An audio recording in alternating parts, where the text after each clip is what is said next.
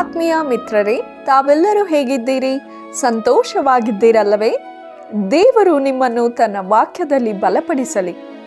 ನೀವು ಹೊಂದಿದ ಆಶೀರ್ವಾದಗಳನ್ನು ಕರೆ ಮಾಡಿ ನಮಗೆ ತಿಳಿಯಪಡಿಸಿರಿ.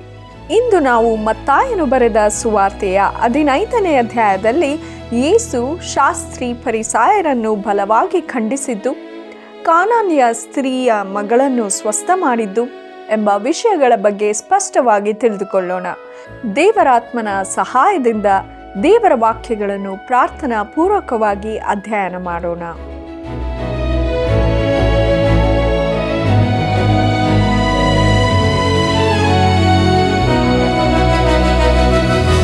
ನನ್ನನ್ನು ಪ್ರೀತಿಸುವವರನ್ನು ನಾನು ಪ್ರೀತಿಸುತ್ತೇನೆ, ಆತುರದಿಂದ ಹುಡುಕುವವರು ನನ್ನನ್ನು ಕಂಡುಕೊಳ್ಳುವರು.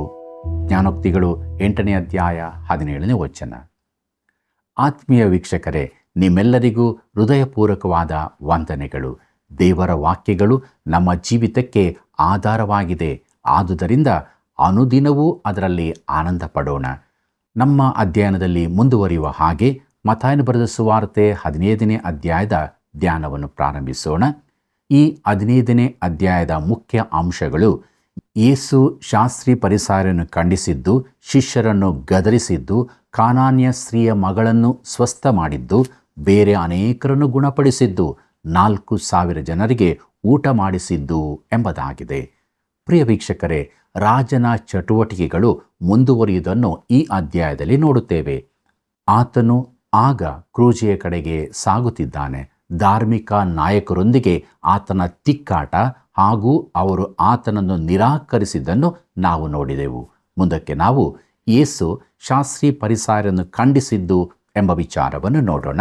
ಮತ್ತಾಯನು ಬರೆದ ಸುವಾರ್ತೆ 15ನೇ ಅಧ್ಯಾಯ ಮೊದಲಿನ 2 ವಚನಗಳನ್ನು ನನ್ನೊಂದಿಗೆ ಗಮನಿಸಿರಿ. ಆಗ ಯೆರೂಸಲೇಮಿನಿಂದ ಫರಿಸಾಯರೂ ಶಾಸ್ತ್ರಿಗಳು ಯೇಸುವಿನ ಬಳಿಗೆ ಬಂದು, ನಿನ್ನ ಶಿಷ್ಯರು ಹಿರಿಯರಿಂದ ಬಂದ ಸಂಪ್ರದಾಯವನ್ನು ಯಾಕೆ ಮೀರುತ್ತಾರೆ? ಅವರು ಕೈ ತೊಳಕೊಳ್ಳದೆ ಆಹಾರ ತೆಗೆದುಕೊಳ್ಳುತ್ತಾರಲ್ಲ ಎಂದು ಕೇಳಿದಕ್ಕೆ ಎಂಬುದಾಗಿ. ಪ್ರಿಯರೇ, ಈ ಶಾಸ್ತ್ರಿಗಳೂ ಫರಿಸಾಯರು ಯೆರೂಸಲೇಮಿನಿಂದ ಬಂದಿದ್ದರು. ಯೇಸುವು ಆತನ ಶಿಷ್ಯರು ಯಾವ ಆಹಾರ ದೊರೆಯದ ಅರಣ್ಯ ಪ್ರದೇಶದಲ್ಲಿದ್ದರು ಮತ್ತು ಆತನು ಜನರಿಗೆ ಆಹಾರ ಕೊಟ್ಟನು ಎಂಬುದನ್ನು ನೋಡಿದೆವು. ಮೇಲ್ನೋಟಕ್ಕೆ ಈ ಧಾರ್ಮಿಕ ನಾಯಕರು ಯೆರೂಸಲೇಮಿನಿಂದ ಆತನ ಉಪದೇಶವನ್ನು ಕೇಳಲಿಕ್ಕಾಗಲಿ ಆತನಿಗೆ ತಮ್ಮ ಮೆಚ್ಚುಗೆ ಸೂಚಿಸಲಿಕ್ಕಾಗಲಿ ಬಂದಿರಲಿಲ್ಲ. ಬದಲಾಗಿ ಆತನನ್ನು ಟೀಕಿಸುವುದಕ್ಕಾಗಿ ಬಂದಿದ್ದರು. ಇದು ಒಂದು ಸ್ನೇಹಯುತ ಭೇಟಿಯಾಗಿರಲಿಲ್ಲವೆಂಬುದನ್ನು ನಾವು ಕೂಡಲೇ ತಿಳಿದುಕೊಳ್ಳಬಹುದು. ಅವರು ಆತನನ್ನು ಧರ್ಮಶಾಸ್ತ್ರದ ಕಟ್ಟಳೆಗಳನ್ನು ಮೀರಿದನೆಂದು ಆಕ್ಷೇಪಿಸುವುದಿಲ್ಲ, ಆದರೆ ಅದಕ್ಕೆ ಸಮಾನವಾದ ಕೆಲವು ಆಚಾರಗಳನ್ನು ಪಾಲಿಸುವುದಿಲ್ಲವೆಂದು ಹೇಳುತ್ತಾರೆ. ಆತನ ಶಿಷ್ಯರು ಯಾಕೆ ಕೈ ತೊಳಕೊಳ್ಳುವುದಿಲ್ಲವೆಂಬುದಾಗಿ ಅವರು ಕೇಳುತ್ತಾರೆ. ಇದು ದೈಹಿಕವಾಗಿ ಶುದ್ಧತೆ ಮಾಡುವ ತೊಳುವಿಕೆಯಾಗಿರದೆ ಕೇವಲ ಸಂಪ್ರದಾಯದ ತೊಳುವಿಕೆಯಾಗಿತ್ತು.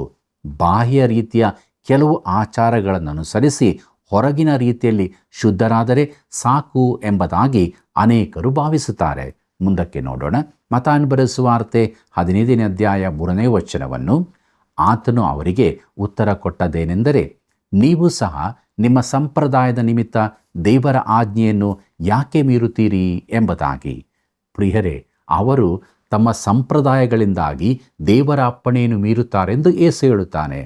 ಅವರ ಸಂಪ್ರದಾಯದ ಪ್ರಕಾರ ಧರ್ಮಶಾಸ್ತ್ರವನ್ನು ಮೀರುವುದಕ್ಕೆ ಅವಕಾಶವಿತ್ತು ಮತ್ತು ಅವರು ಬಹು ಜಾಣ್ಮೆಯಿಂದ ಅದನ್ನು ಮಾಡುತ್ತಿದ್ದರು. ಮತ್ತಾಯನು ಬರೆದ ಸುವಾರ್ತೆ 15ನೇ ಅಧ್ಯಾಯ 4ನೇ ವಚನದಿಂದ 6ನೇ ವಚನದವರೆಗೆ ಗಮನಿಸಿರಿ. ಹೇಗೆಂದರೆ, ತಂದೆ ತಾಯಿಗಳನ್ನು ಸನ್ಮಾನಿಸಬೇಕೆಂತಲೂ ತಂದೆಯನ್ನಾಗಲಿ ತಾಯಿಯನ್ನಾಗಲಿ ದೂಷಿಸುವವನಿಗೆ ಮರಣದಂಡನೆ ಆಗಬೇಕೆಂತಲೂ ದೇವರು ಹೇಳಿದ್ದಾನೆ. ನೀವೋ ಯಾವನಾದರೂ ತನ್ನ ತಂದೆಯನ್ನಾಗಲಿ ತಾಯಿಯನ್ನಾಗಲಿ ನೋಡಿ, ನಾನು ನಿನ್ನ ಸಂರಕ್ಷಣೆಗಾಗಿ ಕೊಡತಕ್ಕದ್ದನ್ನು ದೇವರಿಗಾಗಿ ಇಟ್ಟಿದ್ದೇನೆ ಎಂದು ಹೇಳುವುದಾದರೆ ಅವನಿಗೆ ತನ್ನ ತಂದೆ ತಾಯಿಗಳನ್ನು ಸನ್ಮಾನಿಸಬೇಕಾದದ್ದಿಲ್ಲ ಅನ್ನುತ್ತೀರಿ. ಹೀಗೆ ನಿಮ್ಮ ಸಂಪ್ರದಾಯದ ನಿಮಿತ್ತ ದೇವರ ವಾಕ್ಯವನ್ನು ನಿರಾರ್ಥಕ ಮಾಡಿದ್ದೀರಿ ಎಂಬುದಾಗಿ. ಪ್ರಿಯರೇ, ಕರ್ತನಾದ ಯೇಸು ಹೇಳುವ ಪ್ರಕಾರ ಹೆತ್ತವರನ್ನು ಸನ್ಮಾನಿಸುವುದೆಂದರೆ ಅವರನ್ನು ನೋಡಿಕೊಳ್ಳುವುದೂ ಆಗಿದೆ. ಆದರೆ ಅವರು ತಮ್ಮ ಹಣವನ್ನು ದೇವರಿಗೆ ಕಾಣಿಕೆಯಾಗಿ ಸಮರ್ಪಿಸಿ ಅದರಿಂದ ತಮ್ಮ ಹೆತ್ತವರ ಕಡೆಯ ಜವಾಬ್ದಾರಿಯನ್ನು ನಿರ್ವಹಿಸಬೇಕಾಗಿಲ್ಲವೆಂದು ಮಾಡಿಕೊಂಡಿದ್ದಾರೆ. ಮೋಶೆಯ ಧರ್ಮಶಾಸ್ತ್ರವನ್ನು ಮೀರುವ ಭಕ್ತಿಯುತವಾದ ಒಂದು ಮಾರ್ಗ ಇದಾಗಿತ್ತು. ಪ್ರಿಯರೇ, ಒಬ್ಬ ಕ್ರೈಸ್ತನನ್ನು ಪರೀಕ್ಷಿಸುವ ಉತ್ತಮ ವಿಧಾನ ಅವನು ತನ್ನ ಸ್ವಂತ ಹಣವನ್ನು, ದೇವರ ಹಣವನ್ನು ಹೇಗೆ ಉಪಯೋಗಿಸುತ್ತಾನೆಂದು ನೋಡಬೇಕಾಗಿದೆ. ದೇವರಿಗೆ ಕಾಣಿಕೆ ಕೊಡುವ ಮೊದಲು ನಿನಗಿರುವ ಜವಾಬ್ದಾರಿಗಳನ್ನು ನೀನು ನಿರ್ವಹಿಸಬೇಕೆಂದು ದೇವರು ಬಯಸುತ್ತಾನೆ. ಒಬ್ಬ ಮನುಷ್ಯನು ನನ್ನ ಬಳಿಗೆ ಬಂದು ತನ್ನ ಸಂಬಳದ ಅರ್ಧ ಭಾಗವನ್ನು ಕಾಣಿಕೆಯಾಗಿ ಕೊಡಬೇಕೆಂದಿದ್ದನು. ಆದರೆ ಅವನ ಮನೆಯವರು ಕೊರತೆಯಿಂದಿದ್ದರು. ಇದು ನನಗೆ ತಿಳಿದು ಬಂದಾಗ ನಮ್ಮಲ್ಲಿ ಸ್ವಲ್ಪ ಚರ್ಚೆಯಾಯಿತು. ಮೊದಲಿಗೆ ನನ್ನ ಮಾತಿನಿಂದ ಅವನಿಗೆ ಬೇಸರವಾಯಿತು.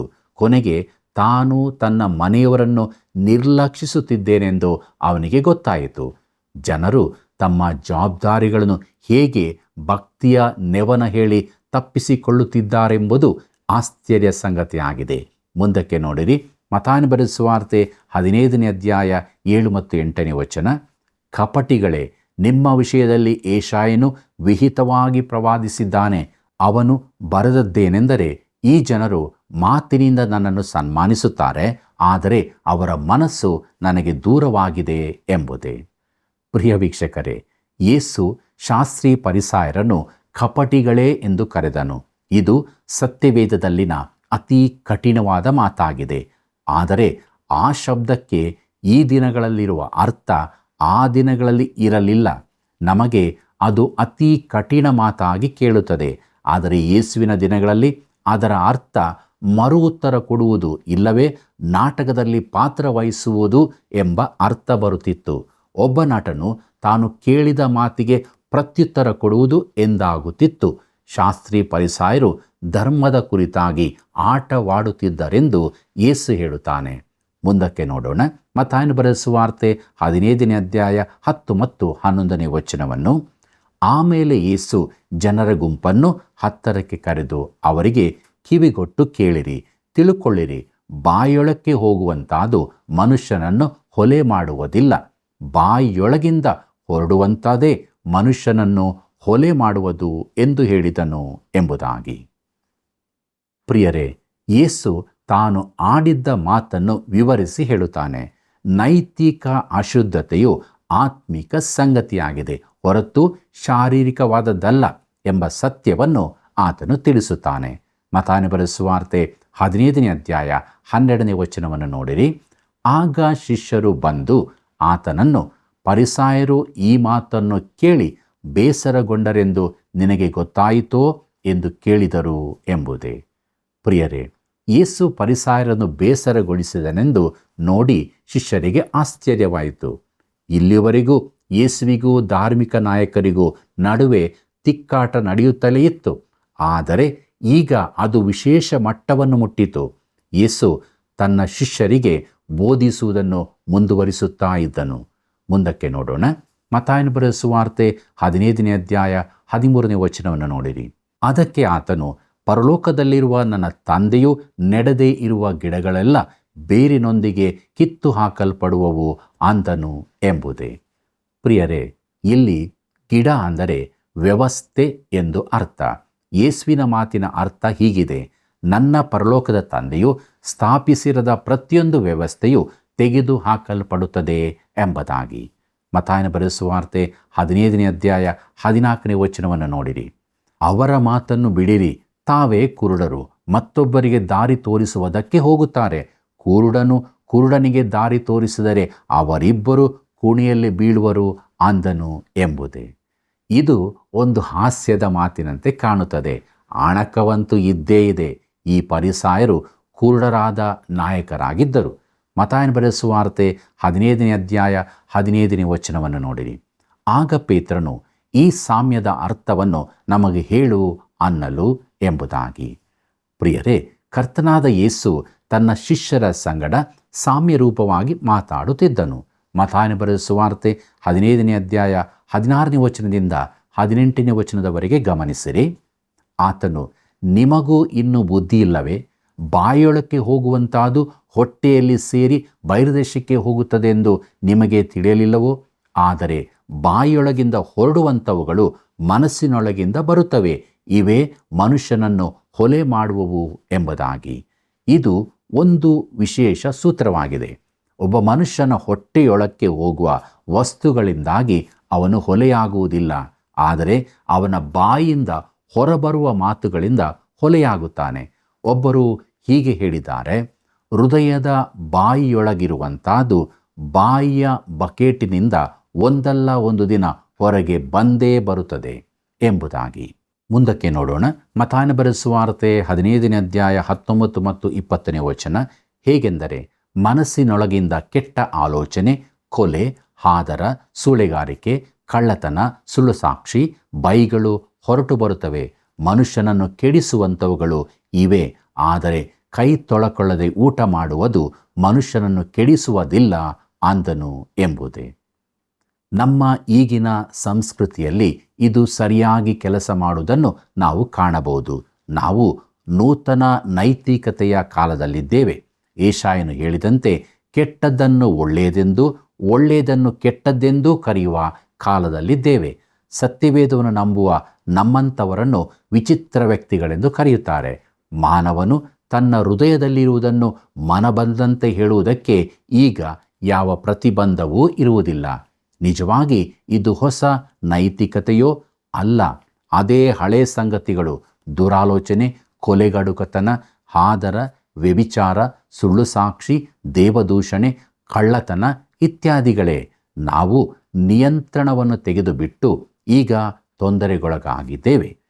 ಪ್ರಿಯರೇ, ಮಾನವನಿಗೆ ಹತೋಟಿಯು ಅಗತ್ಯವಾಗಿದೆ.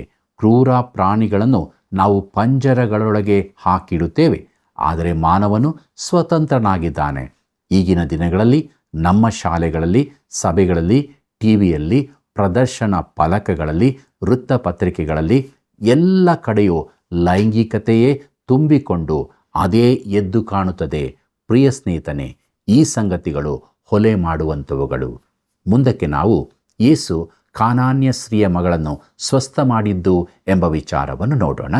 ಮತ್ತಾಯನ ಬರೆದ ಸುವಾರ್ತೆ 15ನೇ ಅಧ್ಯಾಯ 21ನೇ ವಚನವನ್ನು ಗಮನಿಸಿರಿ. ಯೇಸು ಅಲ್ಲಿಂದ ಹೊರಟು ತೂರ್ ಸೀದೋನ್ ಪಟ್ಟಣಗಳ ಪ್ರಾಂತ್ಯಗಳಿಗೆ ಹೋದನು ಎಂಬುದೇ. ಯೇಸು ತನ್ನ ಬಹಿರಂಗ ಸೇವೆಯಲ್ಲಿ ಮೊದಲ ಬಾರಿಗೆ ಇಸ್ರಾಯೇಲ್ ದೇಶದಿಂದ ಹೊರಕ್ಕೆ ಹೋಗುತ್ತಾನೆ. ಇದು ವಿಶೇಷವಾದದ್ದು.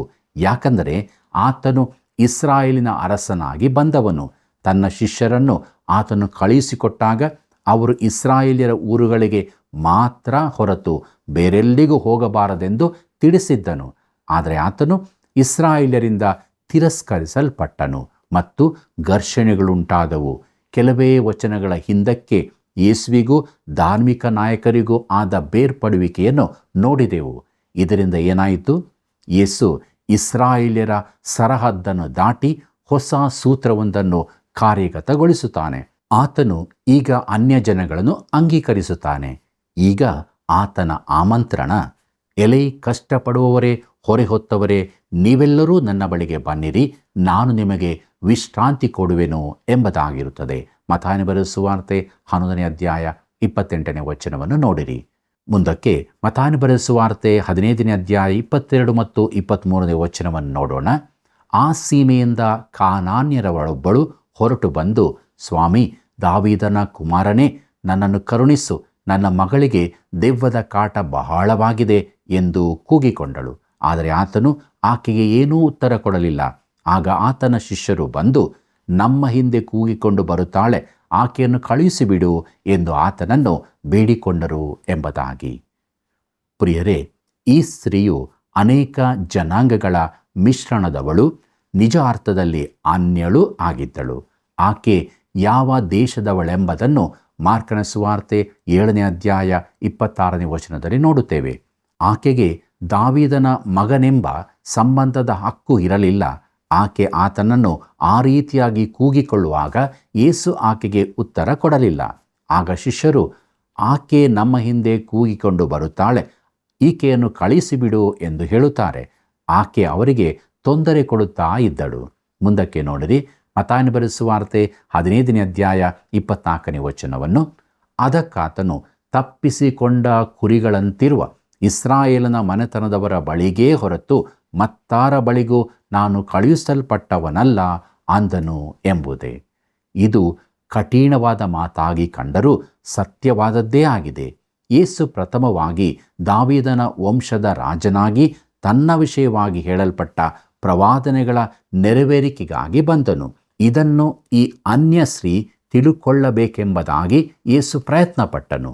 ಯೇಸು ಯಹೂದ್ಯರ ಅರಸನಾಗಿ ಬಂದವನು. ಇದನ್ನು ನಾವು ಗಮನಿಸಿಕೊಳ್ಳತಕ್ಕದ್ದು.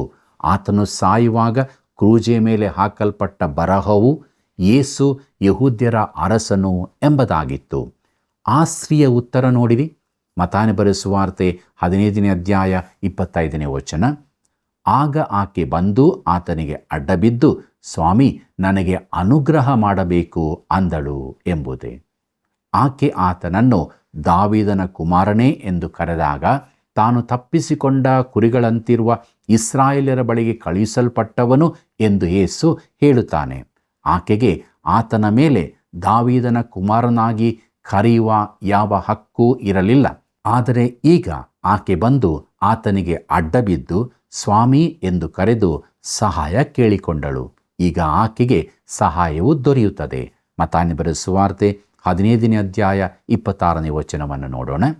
ಅದಕ್ಕಾತನು, ಮಕ್ಕಳು ತಿನ್ನುವ ರೊಟ್ಟಿಯನ್ನು ತಕೊಂಡು ನಾಯಿ ಮರಿಗಳಿಗೆ ಹಾಕುವುದು ಸರಿಯಲ್ಲ ಎಂದು ಉತ್ತರ ಕೊಟ್ಟನು ಎಂಬುದೇ.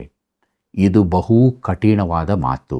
ಇಂಥ ಮಾತಿನಿಂದ ಅನೇಕರು ಬೇಸರಪಟ್ಟು ಹಿಂತಿರುಗಿ ಹೋಗಬಹುದು. ನಮಗೆ ನೀನು ಹೀಗೆ ಹೇಳಬಾರದು ಎಂದು ಹೇಳಿ ತಿರುಗಿ ಹೋಗಬಹುದು. ಮತ್ತಾಯನ ಬರೆದ ಸುವಾರ್ತೆ 15ನೇ ಅಧ್ಯಾಯ 27ನೇ ವಚನವನ್ನು ನೋಡಿರಿ. ಆಕೆ, ಸ್ವಾಮಿ, ಆ ಮಾತು ನಿಜವೇ.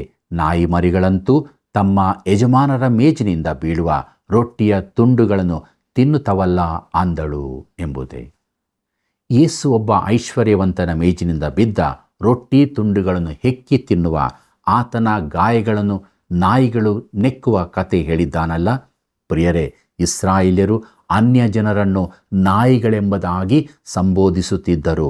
ಈ ಸ್ತ್ರೀಯಾದರೂ ಯೇಸುವನ್ನು ನಂಬಿದ್ದರಿಂದ ಈ ಅವಹೇಳನದ ಮಾತನ್ನು ಒಪ್ಪಿಕೊಂಡಳು. ಮತ್ತಾಯನ ಬರೆದ ಸುವಾರ್ತೆ 15ನೇ ಅಧ್ಯಾಯ 28ನೇ ವಚನವನ್ನು ನೋಡಿರಿ.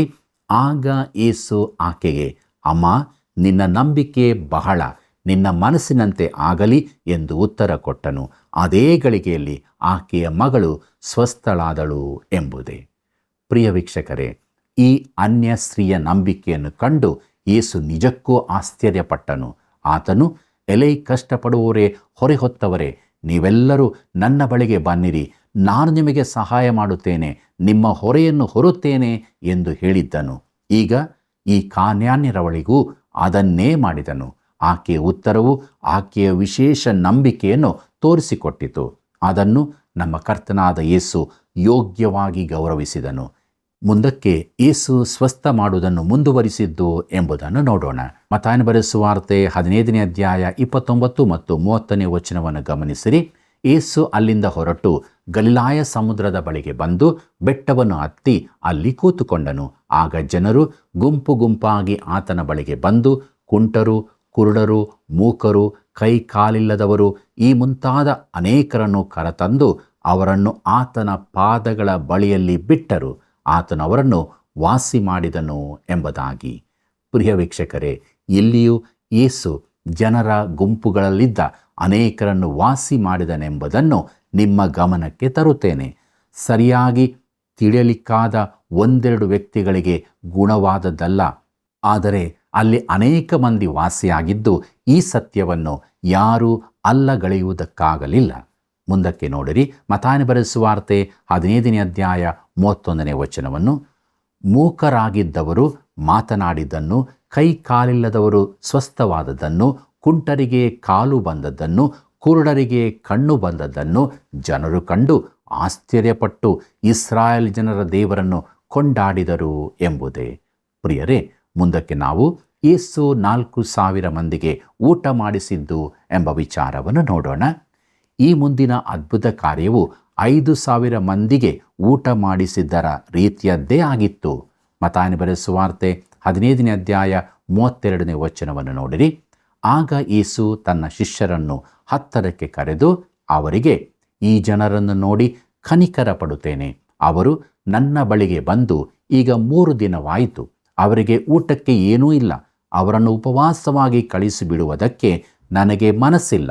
ದಾರಿಯಲ್ಲಿ ಬಳಲಿ ಹೋದಾರು ಎಂದು ಹೇಳಿದನು ಎಂಬುದೇ. ಪ್ರಿಯರೇ, ಇಲ್ಲಿಯೂ ಯೇಸು ಸ್ವಾಮಿಯ ಕನಿಕರದ ಸ್ವಭಾವವನ್ನು ಗಮನಿಸಿರಿ. ಮತ್ತಾಯನ ಬರೆದ ಸುವಾರ್ತೆ 15ನೇ ಅಧ್ಯಾಯ 33ನೇ ವಚನವನ್ನು ನೋಡೋಣ. ಶಿಷ್ಯರು ಇಷ್ಟು ಜನರನ್ನು ತೃಪ್ತಿಪಡಿಸಲಾಗುವಷ್ಟು ರೊಟ್ಟಿ ಈ ಅಡವಿಯಲ್ಲಿ ನಮಗೆ ಎಲ್ಲಿಂದ ಬಂದೀತು ಅನ್ನಲು ಎಂಬುದೇ. ಇಲ್ಲಿನ ಸಂದೇಶವನ್ನು ನಾವು ಅಲಕ್ಷಿಸದಿರೋಣ. ಯಥಾರ್ಥವಾಗಿ ನೋಡಿದರೆ ಈ ಭಾಗವು 5,000 ಜನರಿಗೆ ಊಟ ಕೊಟ್ಟ ಘಟನೆಯನ್ನು ಪುನಃ ತಿಳಿಸಿದಂತೆ ಇದೆ. ಅದು ಪುನರಾವರ್ತನೆಯಂತೆ ಕಾಣುತ್ತದೆ. ಇದು ಕರ್ತನಾದ ಯೇಸು ಮೆಸ್ಸಿಯನೆಂಬ ಹೇಳಿಕೆಗೆ ಹೊಸತೇನನ್ನೂ ಹೇಳದಿರುವುದರಿಂದ ಮತ್ತಾಯನು ಇದನ್ನು ಯಾಕೆ ದಾಖಲಿಸಿದನು ಎಂದು ನಾವು ಆಶ್ಚರ್ಯ ಪಡಬಹುದು. ಆದರೆ ಈ ಭಾಗದಲ್ಲಿ ಯೇಸು ತನ್ನ ಮೆಸ್ಸಿಯನೆಂಬ ಮಾತಿಗೆ ಒತ್ತು ಕೊಡುವುದು ಇರುವುದಿಲ್ಲ. ಅದಕ್ಕೆ ಬದಲಾಗಿ ಆತನು ತಿರಸ್ಕರಿಸಲ್ಪಡುವ ಭಾಗದಲ್ಲಿದ್ದೇವೆ. ಶಿಷ್ಯರು ಪಾಠ ಕಲಿಯುವುದರಲ್ಲಿ ಎಷ್ಟು ನಿಧಾನಿಗಳು ಎಂಬುದನ್ನು ಈ ಭಾಗದ ಅದ್ಭುತ ಕಾರ್ಯ ತೋರಿಸುತ್ತದೆ. ಈಗಾಗಲೇ 5,000 ಜನರಿಗೆ ಊಟ ಕೊಟ್ಟದ್ದನ್ನು ಅವರು ನೋಡಿದ್ದರು. ಅದು ಕೆಲವೇ ದಿನಗಳ ಹಿಂದೆ ನಡೆದ ಘಟನೆಯಾಗಿರಬಹುದು. ಆದರೆ ಎಲ್ಲಿಯೂ ಅವರು ಅದೇ ರೀತಿಯ ಅಪನಂಬಿಕೆಯ ಆಕ್ಷೇಪವನ್ನೆತ್ತುತ್ತಾರೆ. ಅವರು ಆತನಿಗೆ ಇಲ್ಲಿಯೂ ಹೇಳುತ್ತಾರೆ, ಇಷ್ಟು ಜನರನ್ನು ತೃಪ್ತಿಪಡಿಸಲಾಗುವಷ್ಟು ರೊಟ್ಟಿ ನಮಗೆ ಈ ಅಡವಿಯಲ್ಲಿ ಎಲ್ಲಿಂದ ಬಂದಿತ್ತು ಎಂಬುದಾಗಿ. ಮತ್ತಾಯನ ಬರೆದ ಸುವಾರ್ತೆ 15ನೇ ಅಧ್ಯಾಯ 34ನೇ ವಚನದಿಂದ 36ನೇ ವಚನದವರೆಗೆ ಗಮನಿಸಿರಿ. ಯೇಸು ನಿಮ್ಮಲ್ಲಿ ಎಷ್ಟು ರೊಟ್ಟಿಗಳಿವೆ ಎಂದು ಕೇಳಿದ್ದಕ್ಕೆ ಅವರು 7 ರೊಟ್ಟಿಗಳು ಮತ್ತು ಕೆಲವು ಸಣ್ಣ ಮೀನುಗಳು ಅವೇ ಅಂದರು. ಆಗ ಆತನು ಜನರ ಗುಂಪಿಗೆ ನೆಲದ ಮೇಲೆ ಕೂತುಕೊಳ್ಳಿರಿ ಎಂದು ಅಪ್ಪಣೆ ಕೊಟ್ಟು ಆ 7 ರೊಟ್ಟಿಗಳನ್ನು ಆ ಮೀನುಗಳನ್ನು ತೆಗೆದುಕೊಂಡು ದೇವರ ಸ್ತೋತ್ರ ಮಾಡಿ ಅವುಗಳನ್ನು ಮುರಿದು ಶಿಷ್ಯರಿಗೆ ಕೊಡಲು ಶಿಷ್ಯರು ಗುಂಪಿನವರಿಗೆ ಹಂಚಿಕೊಟ್ಟರು ಎಂಬುದೇ. ಪ್ರಿಯ ವೀಕ್ಷಕರೇ, ಆತನು ಮತ್ತೊಮ್ಮೆ ಜನರ ಗುಂಪಿಗೆ ಊಟ ಕೊಟ್ಟನು. ಆತನ ಶಿಷ್ಯರು ಪಾಠವನ್ನು ಕಲಿತಿಲ್ಲವೆಂಬುದಾಗಿ ಇದು ಸೂಚಿಸುತ್ತದೆ. ಅವರ ನಂಬದೇ ಇರುವ ಮನಸ್ಥಿತಿಯು ಒಂದು ರೀತಿಯಲ್ಲಿ ಆತನನ್ನು ನಿರಾಕರಿಸುವ ರೀತಿಯಲ್ಲೇ ಇತ್ತು. ಪ್ರಿಯರೇ, ಅಪನಂಬಿಕೆಯು ಪಾಪವಾಗಿದೆ. ರೋಮಾಪುರದವರಿಗೆ ಬರೆದ ಪತ್ರಿಕೆ 14ನೇ ಅಧ್ಯಾಯ 23ನೇ ವಚನದಲ್ಲಿ ಹೀಗೆ ಹೇಳಿದೆ, ಯಾವುದಕ್ಕೆ ನಂಬಿಕೆಯೋ ಆಧಾರವಿಲ್ಲವೋ ಅದು ಪಾಪ ಎಂಬುದಾಗಿ. ಆತನು ನಂಬಿಕೆಗೆ ಯೋಗ್ಯನು. ನಾನು ಆತನನ್ನು ಪೂರ್ಣವಾಗಿ ನಂಬಬೇಕಾಗಿದೆ. ಆದರೆ ನನ್ನಲ್ಲಿಯೇ ಸಮಸ್ಯೆಗಳಿವೆ. ನಿನ್ನಲ್ಲಿಯೂ ಈ ಸಮಸ್ಯೆ ಇದೆ ಎಂದು ನಾನು ತಿಳಿಯುತ್ತೇನೆ. ಮತ್ತಾಯನ ಬರೆದ ಸುವಾರ್ತೆ 15ನೇ ಅಧ್ಯಾಯ 37 ಮತ್ತು 38ನೇ ವಚನವನ್ನು ನೋಡೋಣ. ಎಲ್ಲರೂ ಊಟ ಮಾಡಿ ತೃಪ್ತರಾದರೂ ಮಿಕ್ಕ ತುಂಡುಗಳನ್ನು ಕೂಡಿಸಲಾಗಿ 7 ಹೆಡಿಗೆ ತುಂಬಿದವು. ಊಟ ಮಾಡಿದವರು ಹೆಂಗಸರು ಮಕ್ಕಳು ಅಲ್ಲದೆ ಗಂಡಸರೇ 4,000 ಮಂದಿ ಎಂಬುದಾಗಿ. ಪ್ರಿಯ ವೀಕ್ಷಕರೇ, ಇಲ್ಲಿ 4,000 ಗಂಡಸರು ಮತ್ತು ಹೆಂಗಸರು ಮಕ್ಕಳೂ ಇದ್ದರು. ಅಂದರೆ ಕುಟುಂಬ ಸಮೇತರಾಗಿ ಅಲ್ಲಿದ್ದರು. ಒಬ್ಬ ಗಂಡಸಿನೊಂದಿಗೆ ಒಬ್ಬ ಹೆಂಗಸು ಒಂದು ಮಗುವನ್ನು ಸೇರಿಸಿದರೆ ಕನಿಷ್ಠ 12,000 ಮಂದಿ ಊಟ ಮಾಡಿದರು ಎಂದು ಹೇಳಬಹುದು. ಮತ್ತಾಯನ ಬರೆದ ಸುವಾರ್ತೆ 15ನೇ ಅಧ್ಯಾಯ 39ನೇ ವಚನವನ್ನು ಗಮನಿಸಿರಿ. ಬಳಿಕ ಆತನು ಆ ಜನರ ಗುಂಪನ್ನು ಕಳಿಸಿಬಿಟ್ಟು ದೋಣಿಯನ್ನು ಹತ್ತಿ ಮಗದಾನ ಸೀಮೆಗೆ ಬಂದನು ಎಂಬುದೇ. ಈ ಭಾಗವು ಯೇಸುವಿನ ಗಲಿಲಾಯ ಪ್ರಾಂತ್ಯದ ಸೇವೆಯ ಒಂದು ಭಾಗವಾಗಿದೆ. ಮಗದಾನ ಅಂದರೆ ಮಗ್ದಳದ ಸೀಮೆಯು ಗಲಿಲಾಯ ಸಮುದ್ರ ತೀರದಲ್ಲಿದ್ದು ಈ ದಿನಗಳಲ್ಲಿ ಅದು ಹಾಳು ಕೊಂಪೆಯಾಗಿರುತ್ತದೆ. ಪ್ರಿಯರೇ, ಯೇಸುವಿನ ಶಿಷ್ಯರು ತಿಳುಕೊಳ್ಳುವುದರಲ್ಲಿ ನಿಧಾನವೆಂದು ಈ ಭಾಗದಿಂದ ಗೊತ್ತಾಗುತ್ತದೆ. ಅವರು ಗ್ರಹಿಸುವುದರಲ್ಲಿಯೂ ನಂಬುವುದರಲ್ಲಿಯೂ ನಿಧಾನಿಗಳಾಗಿದ್ದರು. ಇದು ನಿಜವಾಗಿಯೂ ಯೇಸುವಿಗೆ ಒಂದು ತಡೆಯಾಗಿತ್ತು. ಆತನು ಧಾರ್ಮಿಕ ನಾಯಕರೊಂದಿಗೆ ಬೇರ್ಪಡುವ ಮಟ್ಟಕ್ಕೆ ಬಂದಿದ್ದನು. ಈಗ ಈ ಶಿಷ್ಯರೊಡನೆಯೂ ಸಮಸ್ಯೆ ಬಂದಿರುತ್ತದೆ. ಅವರು ತನ್ನ ಸಮನಾಗಿ ಬರುವುದನ್ನು ಆತನು ಕಾಯುತ್ತಿದ್ದನು. ಆತನು ನಿನ್ನ ವಿಷಯದಲ್ಲಿಯೂ ಹೀಗೆಯೇ ತಾಳ್ಮೆಯುಳ್ಳವನಾಗಿದ್ದಾನೆ. ನಮ್ಮಲ್ಲಿ ಅನೇಕರು ಗ್ರಹಿಸುವುದರಲ್ಲಿಯೂ ನಂಬುವುದರಲ್ಲಿಯೂ ತುಂಬ ಹಿಂದೆ ಇದ್ದೇವೆ. ನಾವು ಆತನನ್ನು ಪೂರ್ಣ ನಂಬಿದರೆ ಎಷ್ಟೋ ಒಳ್ಳೆಯದು. ಪ್ರೀತಿಯುಳ್ಳ ಸಹೋದರ ಸಹೋದರಿಯರೇ, ದೇವರ ವಾಕ್ಯವನ್ನು ಕೇಳಿದಂಥ ನಾವು ನಮ್ಮನ್ನು ಆತನ ಹಸ್ತಕ್ಕೆ ಒಪ್ಪಿಸಿಕೊಡೋಣ. ನಮ್ಮ ನಂಬಿಕೆಯ ಅಭಿವೃದ್ಧಿಗಾಗಿ ಬೆಳವಣಿಗೆಯಾಗಿ ಬೇಡಿಕೊಳ್ಳೋಣ. ಪ್ರಾರ್ಥನೆ ಮಾಡೋಣ.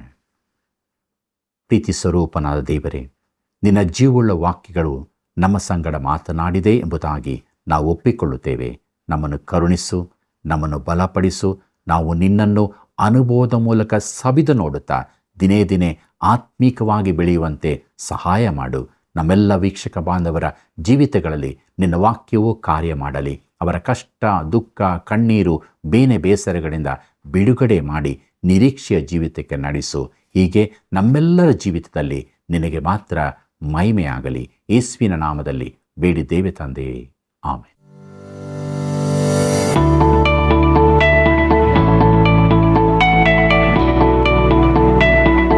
ಇಂದಿನ ಅಧ್ಯಯನಕ್ಕೆ ಒಂದು ಪ್ರಶ್ನೆ. ಬಾಯೊಳಕ್ಕೆ ಹೋಗುವಂಥದ್ದು ಮನಸ್ಸಿನೊಳಗಿಂದ ಬರುತ್ತದೆ. ಬಾಯೊಳಕ್ಕೆ ಹೋಗುವಂಥದ್ದು ಮನಸ್ಸಿನೊಳಗಿಂದ ಬರುತ್ತದೆ. ಉತ್ತರ ತಪ್ಪು, ಸರಿ. ಸರಿಯಾದ ಉತ್ತರವನ್ನು ಆಯ್ಕೆ ಮಾಡಿ ಈಗ ಹೇಳುವ ವಾಟ್ಸಪ್ ಸಂಖ್ಯೆಗೆ ಕಳುಹಿಸಿರಿ. 7618737772.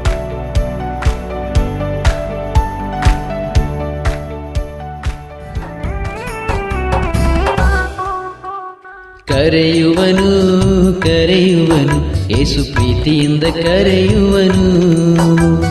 ಕರೆಯುವನು ಕರೆಯುವನು ಯೇಸು ಪ್ರೀತಿಯಿಂದ ಕರೆಯುವನು. ಪಾಪ ಶಾಪದಿಂದ ನಿನ್ನ ಬಿಡಿಸಲೆಂದು ಯೇಸು ಪ್ರೀತಿಯಿಂದ ಕರೆಯುವನು. ನಿತ್ಯ ನಾಶನದಿಂದ ನಿನ್ನ ತಪ್ಪಿಸಲೆಂದು ಯೇಸು ಪ್ರೀತಿಯಿಂದ ಕರೆಯುವನು. ಕರುಣೆಯ ಕೈಗಳ ಕೃಪೆಯಿಂದ ಚಾಚುತ್ತ ಪ್ರೀತಿಯಿಂದ ಕರೆಯುವನು. ಕರುಣೆಯ ಕೈಗಳ ಕೃಪೆಯಿಂದ ಚಾಚುತ್ತ ಪ್ರೀತಿಯಿಂದ ಕರೆಯುವನು. ಕರೆಯುವನು ಕರೆಯುವನು ಯೇಸು ಪ್ರೀತಿಯಿಂದ ಕರೆಯುವನು. ಕರೆಯುವನು ಕರೆಯುವನು ಯೇಸು ಪ್ರೀತಿಯಿಂದ ಕರೆಯುವನು. ಪ್ರಿಯ ವೀಕ್ಷಕರೇ, ಇಂದಿನ ಕಾರ್ಯಕ್ರಮದಲ್ಲಿ ನೀವು ನಮ್ಮ ಸಂಗಡ ಪಾಲು ತೆಗೆದುಕೊಂಡಿದ್ದೀರಿ. ನಿಮಗೆ ಕೃತಜ್ಞತೆಗಳು. ವಿಶ್ವಾಸಿಗಳಾದ ನಾವು ಹೊರಗಿನ ತೋರಿಕೆಯಲ್ಲಿ ಅಲ್ಲ, ಒಳಗೆ ಶುದ್ಧರಾಗಿದ್ದು ಮಾದರಿಯಾಗಿರಬೇಕು. ನಂಬಿಕೆಯು ಯಾವಾಗಲೂ ದೇವರ ಆಶೀರ್ವಾದವನ್ನು ಕೊಡುತ್ತದೆ. ಆದುದರಿಂದ ನಮಗೆ ಹತ್ತಿಕೊಳ್ಳುವ ಪಾಪವನ್ನು ಬದಿಗಿರಿಸಿ ಪರಿಶುದ್ಧರಾಗಿ ಜೀವಿಸೋಣ. ಆತ್ಮೀಯ ವೀಕ್ಷಕರೇ, ನಿಮ್ಮ ಒಂದೊಂದು ಕರೆಯು ಅನೇಕರ ಜೀವಿತಕ್ಕೆ ದೇವರ ವಾಕ್ಯದ ಬೆಳಕನ್ನು ನೀಡಲು ಸಾಧ್ಯವಾಗುತ್ತದೆ. ಆದುದರಿಂದ ಈಗಲೇ ಕರೆ ಮಾಡಿರಿ. ಮತ್ತೆ ಭೇಟಿಯಾಗೋಣ. ವಂದನೆಗಳು. ಈ ಕಾರ್ಯಕ್ರಮ ನಿಮಗೆ ಇಷ್ಟವಾಯಿತೆ? ಈಗಲೇ ಒಂದು ಮಿಸ್ಡ್ ಕಾಲ್ ಕೊಡಿರಿ. ಮುಂದಿನ ವಿಜೇತರು ನೀವಾಗಿರಬಹುದು.